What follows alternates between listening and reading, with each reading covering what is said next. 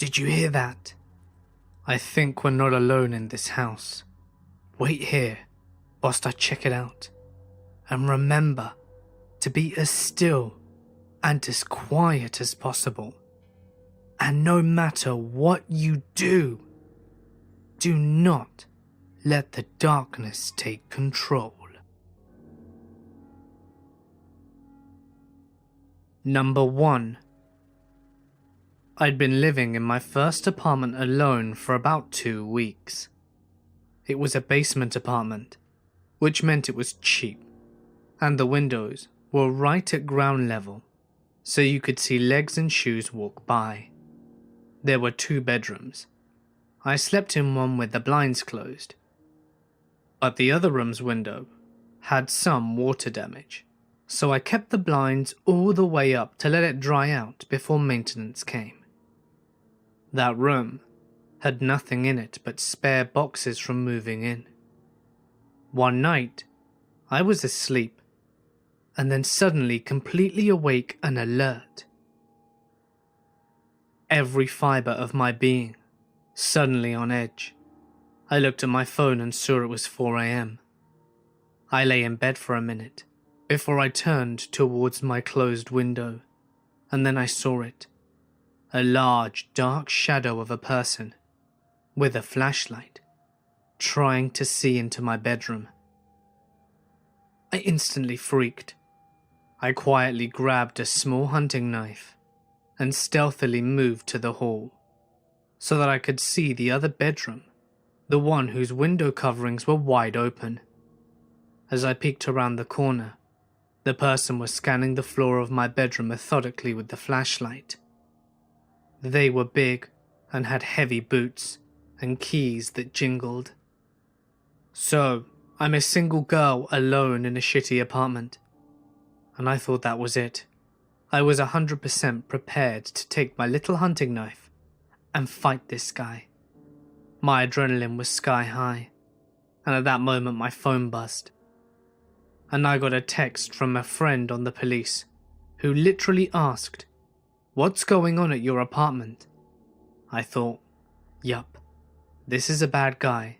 He's peering in my windows and is gonna bust in any second now. But then he went away, and I didn't hear from my police friend after I texted him back. I decided to go lie down on my bed and just wait to see what happened next.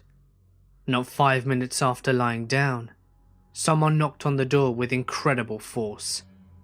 The panic mounted again. Now, I have no peephole, no safety chain, just a deadbolt. At the very top of my voice, I yell, "Who is it?" I hear a meek voice reply that it's the police. My first thought is that it's a clever plan to get a girl to open her apartment door. I stood there silently before I heard the voice say it again. This wasn't in trouble. I opened the door a smidgen, ready to slam it shut. But then I see 2 cops. One backed away from the door, and one upped the steps. They must have seen my tiny knife or something. They proceeded to apologize for scaring me. They were the ones looking in my window. I yelled at them, and possibly cried a little. The adrenaline finally broke. I got the whole story from my friend the next day. Turns out a fellow resident of the apartment complex had gotten drunk, lost his keys, and broken into his own apartment to go to bed. They thought it was mine, and were confused by the lack of broken windows. At the time, I was completely terrified, but I'm glad it was nothing more serious. Number 2. So, I grew up in Las Vegas. I'd moved there when I was in 2nd grade. I was around 7 or so, and my mother was working at some sort of motorcycle repair shop in Arizona that just wasn't paying the bills at all. So, she jumped at the offer of a new job.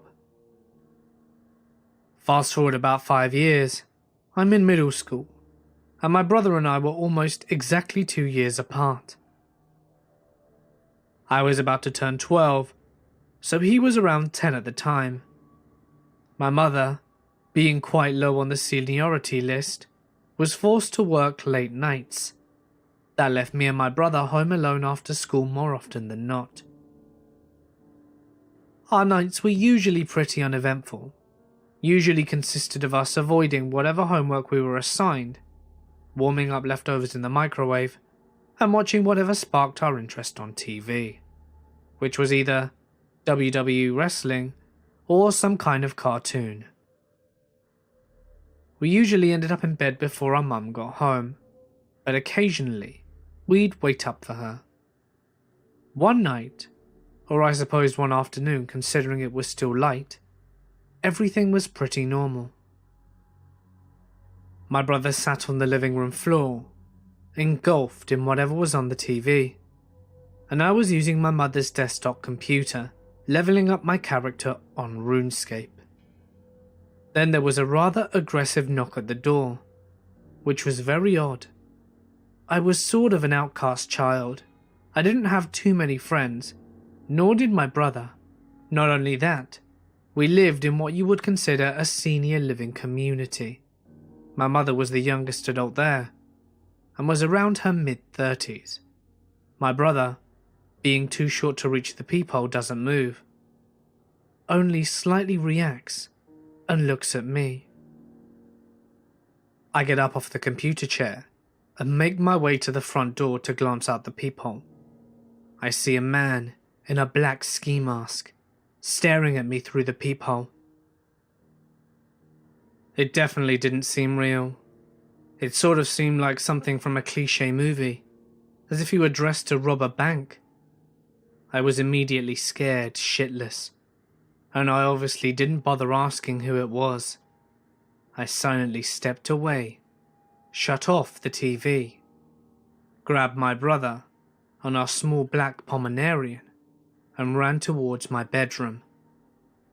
Once we were safely hidden in my closet, I informed him of what I saw outside. He didn't say much, but was visibly shaken, and just quietly stood there holding our little dog. I slid the tiny flip phone our mum lent us for emergencies from my pocket and dialed 911. I whispered to the operator the entirety of the call, and I didn't think the man had left considering the knocks persisted after we left the living room. Yet somehow, she understood me and sent an officer over. Immediately after the call ended with the operator, I dialed for our mother. I explained everything to her, and she ended up leaving work early and came home around the time that the police had as well. I'm not sure what deterred him of pursuing further, but of course, the man was gone by the time they both had arrived. The officer was very clearly not taking any of it seriously, most likely thinking that these two young boys were just paranoid from staying home alone. It was probably just a young man playing a joke on a friend, they thought. However, like I stated before, we live in a senior living community. Who could he be possibly playing a joke on? His dear grandmother? He then gave my brother and I stickers, as if that would console our nerves after seeing some masked man pounding on our door. Fortunately, I never saw the stranger after that. However, after the experience, my house did get broken into, as well as my car 3 times. Thankfully, none of us were present when any of this took place, since my family and I moved out of the state and installed a security system. Nevertheless, I hope we never meet again. Number 3.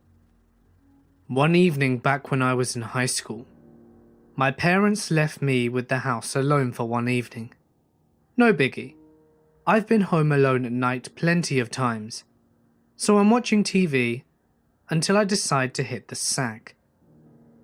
As I'm turning off the lights and making my way towards my bedroom, I reach the hallway, leading to both my room and my sister's room. As soon as I hit the switch behind me to turn off the lights to my kitchen downstairs and turn back towards my bedroom, I see a shadow figure in front of me at the end of the hall. It's about 6 feet tall. I'm staring at it in complete shock for about 3 to 4 seconds, and when I try to rub my eyes, to make sure I'm not just seeing things, the figure darts off into my sister's room, way faster than any human can go. I felt like I was zapped, and I fell to my knees out of shock briefly. I quickly got up though to look for my dog, to make sure he was okay, and if he detected this, because under any other circumstance, if someone got within 10 feet of our house, my dog would alert everyone immediately by barking incessantly. However, he was in my parents' bedroom, which is on the opposite corner of the house to where I'd seen this figure, and his eyes looked worried. So I shut the door, locked it, and closed my eyes, but I barely managed to sleep in my parents' room that night. I know people have spoken about seeing shadowy figures before in paranormal investigations, and I know others say sometimes you just see things when you're tired.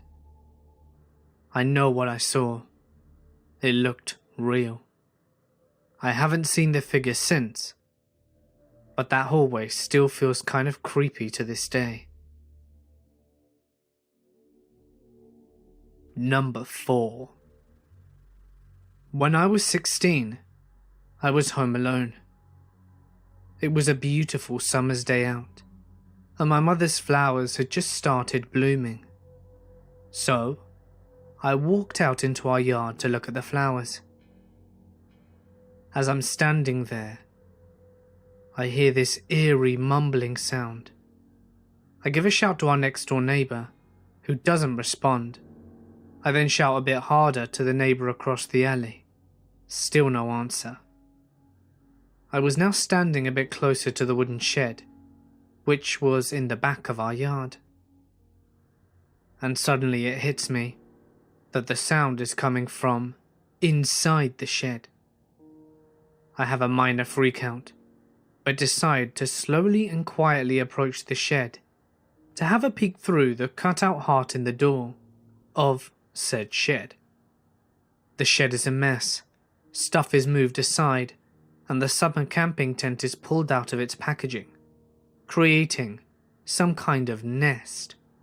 All I can see is a head of hair, and the freakishly scary humming is now even louder. I run into the house and call my dad, letting him know that someone's in the shed. He rushes home, orders me to lock all the doors, and to call the police, and to wait in the hallway where I can't be seen by the person in the shed. My dad arrives, joins me in the hallway at the front of the house, and we wait. So the cops arrive and they open the shed. Turns out it was a homeless woman who was mentally ill and who had decided to camp out in our shed. She had shat all over herself and all over the stuff that we had kept in there. She got sent away, but invaded another person's yard just minutes later, so she had to be taken to the station. A bigger cop car was called in, and both cops were hanging their faces out the window. The stench was that horrifying. I did feel sorry for her though, and everything in that shed had to be thrown away pretty much immediately. Number 5. I live in a slightly rural spot, and there are also some known meth labs nearby. One night, after about midnight, I hear banging on my door. I thought it was my boyfriend because he'd called me earlier saying that he may or may not pop round. When I got to the door, I looked through the small glass window, but instead of my boyfriend, I saw the side of an unfamiliar bearded face. He didn't see me, and I backed away from the door. My house was in a cellular dead zone, so I knew that my cell was useless. I grabbed the landline next to my bed to call 911, but the line was dead. It was just like a horror movie, where the killer cuts the phone line. Meanwhile, the guy was still pounding away and slurring, "Let me in." I grabbed the biggest chef knife I own, which is pretty huge, and locked myself in the bathroom. I stood at the edge of the tub, behind the shower curtain, figuring I might have a chance to jump him if I stabbed him between the neck and shoulders when he tried to bust in the door. I was terrified, but also pleased with my plan and waited. He started working his way around the outside of the house. I could hear him sliding his hands along, sliding, and banging his fists along the wall. For a split second, I reveled in my surprisingly badass plan, and then I realized that the sabotaged phone hadn't been charged in days. Maybe one of the other handsets still worked. I have never felt more fear than the moment I climbed down from my hiding spot, unlocked the bathroom door, and went in search for the second handset. All the while, a madman was moving around the outside of my house, violently trying to unlock every door and window. I found a phone, and it worked. I dialed 911, but the closest officer was over 15 minutes away. I was told to stay on the line, but locked myself in the bathroom again. That was the longest 15 minutes of my life. When police arrived, they had me identify a cuffed, scruffy, drunken off his ass dirty hippie kid. Apparently, there had been a party down the road. He got disoriented and thought my house was his friend's house. He was trying to get back inside the party for 20 minutes of pure terror. Moral of the story, keep your phones charged, people. Number 6. When I was 19, my parents and brother had gone away for the weekend, and I stayed behind. I had had a pretty rough night and was very drunk. I pulled a Britney Spears move and cut off all my long hair, drunkenly thinking to reinvent myself because I was moving away for university the following week. When I finished rinsing the freshly cut hair off my neck in the shower, I left the bathroom to find a note in the hallway that said, "I was going to leave you a note, but I see that you're here." I'd left my towel in my room, so I was walking around naked, as I thought that I was alone. But then I opened my door to my room, and there was a guy with his hair in his face standing in the middle of the room grinning at me. I freaked out and screamed bloody murder, as one tends to do when they're a naked 19-year-old girl entering to find an unexpected stranger in their home at 2:30 a.m. Until I recognized him. It was the boy I had dated in my first year of high school 3 years ago, for about 2 weeks, until he ran away from home. Turns out that he'd heard I was moving away, and just wanted to talk. He didn't hurt nor threaten me in any way, other than breaking into my house in the middle of the night. He handed me some clothes from my bed, and we chatted, until he eventually left. I found out 2 years later that he had been institutionalized for schizophrenia. Number 7. I grew up in a ranch-style house in a rural SoCal.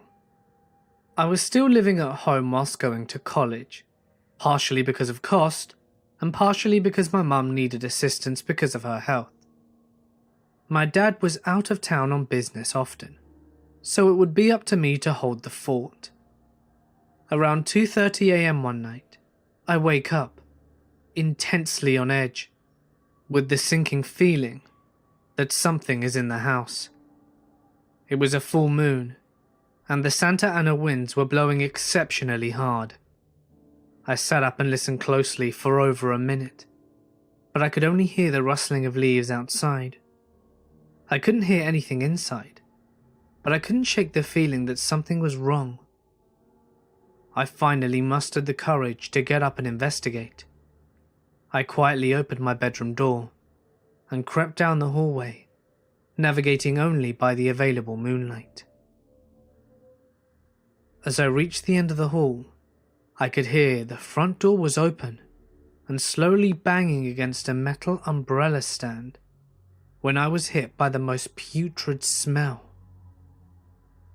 At this point, the adrenaline has me close to puking. It took all my strength to turn around the corner to get to the door. I slam the door and start turning on every light I can find and begin looking around. My heart is pounding out my chest as I go from room to room checking for an intruder. As I enter the dining room, I discover the source of the smell. Right in the middle of a rather expensive rug is what I later learned to be a pile of partially digested figs. It turns out a coyote had gorged himself on dropped figs from our orchard and happened across the door opened by the wind. It entered the house and marked its newfound digs and likely fled when it heard me enter my bedroom. Nonetheless, the whole experience was very tense and absolutely terrifying. Hey guys, it's Mort here, and thank you so much for listening. I find being home alone particularly creepy, especially at night, if I hear anything strange. Do you guys like being home alone? If you enjoyed the video today, please consider dropping a like and leaving a comment, as it would really help me out. Thanks guys. If you want me to read your story on my channel, you can submit it as a text post to my Reddit or send it to me via email. Both links can be found in the description. And if you would like to do something truly amazing today to help support the channel, you now can, via Patreon. You can find the link in the description, as well as the links to my social media pages. Oh, and before you go, I've left a really cool link on screen. The Life of a Dispatcher. It's over on my friend Skin Locust channel, and featuring me and Lady McCreepster. It's a great listen, I recommend you go check it out. So please do and show him some love. He really, really deserves it. But anyway, for now guys, I'm gonna sign off. Stay awesome, and I'll see you in the next one.